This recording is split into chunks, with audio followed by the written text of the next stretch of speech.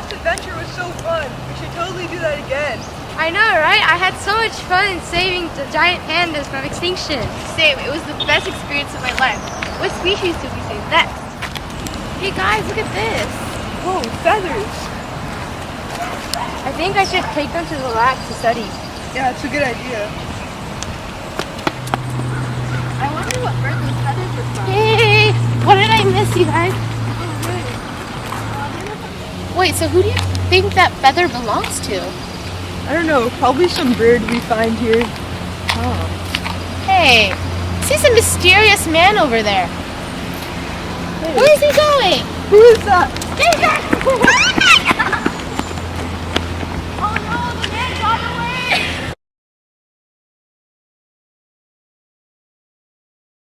California condor, or Gymnogyps californianus, is a critically endangered bird. With a 10-foot wingspan, it is the largest flying bird in North America.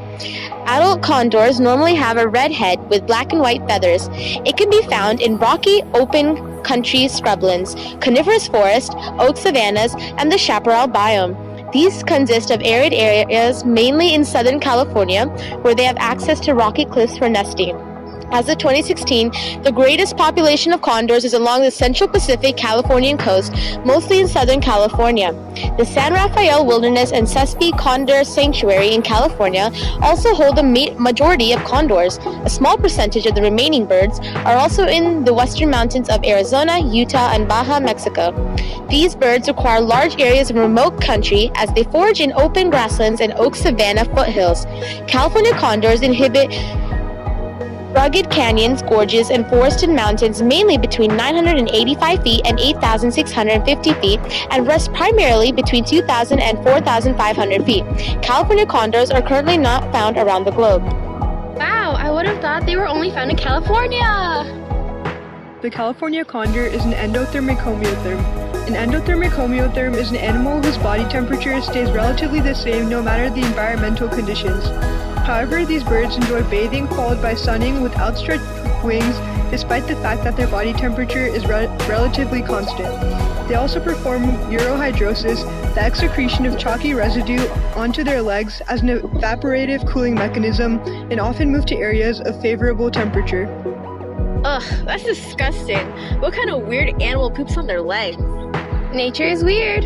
The condor's family is Cathartidae. One relative is the Cathartis aura, which is a turkey vulture. Another one is the Coragyps atratus, which is the black vulture. Another relative is the Sarcoramphus papa, or the king vulture. Finally, there is the vulture gryphus, also known as the Andean condor. The condors are scavengers. They eat large amounts of carrion, which is the decaying flesh of a dead animal. Wild condors travel 160 miles a day in search of carrion. They prefer fresh kills, including large terrestrial mammalian carcasses such as deer, goat, sheep, coyote, and donkeys. Condors locate carcasses with their keen eyesight, not by smell, by observing other scavengers assembled at a carcass. They land and can take over the carcass from smaller species, such as ravens and turkey vultures, but are also open to feeding in groups.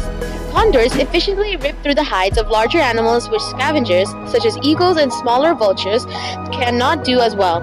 In the wild, these birds can go for days to weeks without eating, and then gorge themselves on 2.2 to 3.3 lbs of meat at once. Also, young chicks are fed by regurgitation. The condors have many adaptations that help them survive in their ecosystems. Most of them are structural. For example, they have extremely long wings to help them swoop down and catch their prey. Their amazing eyesight helps them spot dead carcasses from high up in the air. A bald head prohibits food from coming in the way of eating. As for behavioral adaptations, yellow and red colors on their heads are believed to change color with their mood.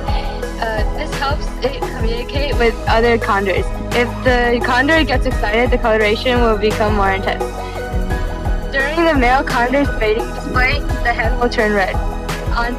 One physiological adaptation of the bird is that they have highly acidic stomachs, which help them kill any pathogens from the dead carcasses that they eat, helping them avoid disease. California condors mature and reproduce very slowly. They can't breed until they're between the ages of 6 and 8. The mating season is usually between winter and spring. Condors lay a pale greeny blue egg in a nest. The Nesting areas vary from scrubs to mountains. The egg incubates for 54 to 60 days before hatching. Males will perform a courtship dance during the mating season. The male's head will turn red and will extend his wings. While his neck feathers puffed out, he will go to a female. The female will lower her head submissively to him. The condors mate, and then when the male climbs up to the female's back, and then the mating is completed. I'm tired of researching. Let's watch some TV. Yeah, me too. Let's see what's on the news. Hello, I'm America's #1 reporter, Reporter 1 from XYZ News, and today's feature for our Endangered Species Special is the endangered bird, the California Condor. The scientific name of these birds is Gymnogyps californianus. I don't know how to say that. Oh, that's okay. They live in our local chaparral biome, a relatively drier and warm biome with a variety of terrain, including many shrubs, plains, and hills.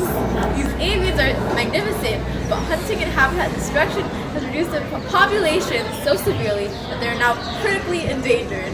Now, we have a condor specialist from the San Francisco Zoo here to talk about this rare bird. Hi, thank you, Reporter 1, for having this opportunity to speak today. For those of you who don't know what a condor is, I'll explain in detail to you. Their wingspan can reach 9.5 feet. That's longer than the height of the average human being. Their weight averages around 18 to 20 pounds, and they stand around 20 to 26 inches tall.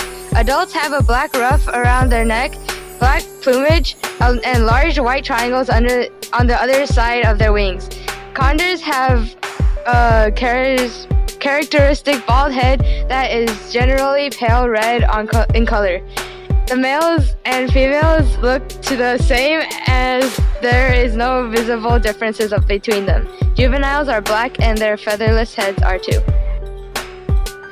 I understand that these species are endangered. What has contributed to this endangerment? Illegal hunting, habitat loss, and lead poisoning are the leading factors contributing to their endangerment. When Europeans arrived in North America, condors could be found all throughout the mountain regions along the Pacific coast, but due in large part to human activity, by 1985, the known wild population had been reduced to just 22 birds. Lead poisoning was the #1 cause of death for the condors. Since many hunters sometimes leave their kills behind, it allows condors to feed on them. After all, condors are scavengers. This leads to lead poisoning due to the lead ammunition in the carcass of the dead animal. Adult birds feed their young small objects that they find, including the things that humans leave behind. Some hunters shoot condors and collect their eggs despite the fact that both of those activities are illegal. Human developments like housing developments, oil and gas production, and large solar and wind projects have also destroyed the condor's environment. What are some characteristics that makes condors prone to endangerment? California condors are scavengers, meaning that they would eat anything and everything they find, including trash and kill that humans leave behind. The birds might get lead poisoning or get a disease, such as the West Nile virus, that decreases their population even more. Only being able to produce one egg every other year and mate once they're between the ages of 6 and 8 also makes the condors prone to endangerment. Their slow reproduction rate makes it hard to replace the birds that were previously lost due to poisoning, hunting, etc. And what might happen if they go extinct? Well, there would be an impact on our chaparral biome, that's for sure. The condor is a scavenger, meaning it feeds on dead carcasses or the remains of dead animals. It cleans up our environment and contributes to nutrient recycling. So if the bird does go extinct, our environment will be a lot dirtier. But there are a lot of other scavengers in the area. For example, weasels, foxes, and jackals. These animals are able to occupy the same niche as the condor if it goes extinct. So there will be some impact initially, but the ecosystem will not be permanently damaged and would eventually restore. Why do we care about these birds so much? Are they doing anything to help our ecosystem? Yes. It provides various ecosystem services. The condor, being a scavenger, guarantees safe disposal of dead, decomposing, and diseased animals, protecting human and animals from ill effect. Consuming carcasses of wild animals reduces the exposure to rotting matter, further contributing to reducing the rates of transmission of infectious diseases. Adult G. californianus requires up to 3 pounds of meat per day, so these birds can have an important impact on removing diseased and rotting carcasses from the area. After consuming the meat from the carcass, the bacteria are killed in the bird's highly acidic stomach. Secondly, without these scavengers in our ecosystem, the government and the people would have to go through extra costs to clean up the environment. Government agencies and farmers have been paying for carcass transport and incineration for more than a decade, a service that vultures and other scavengers have provided cost-free for centuries. For every ton of carcass disposal, the government can spend up to $200 in burial and $2,000 in a facility for incineration. Oh, very interesting. Now the more important question, will the California condors go extinct? What is the future of this species? Us humans are going out of our way to prevent extinction of this species, so I do not believe that they will go extinct. There are some programs that aim to breed the birds in captivity, like zoos, wildlife parks, botanic gardens, and arboretums, to eventually release the growing number of condors into the wild when there is a stable population.